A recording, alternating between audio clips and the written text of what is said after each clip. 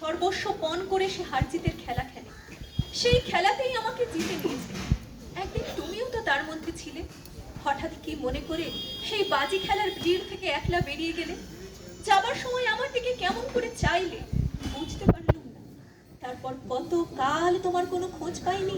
কোথায় তুমি গেলে বলো তো? তারে হাওয়া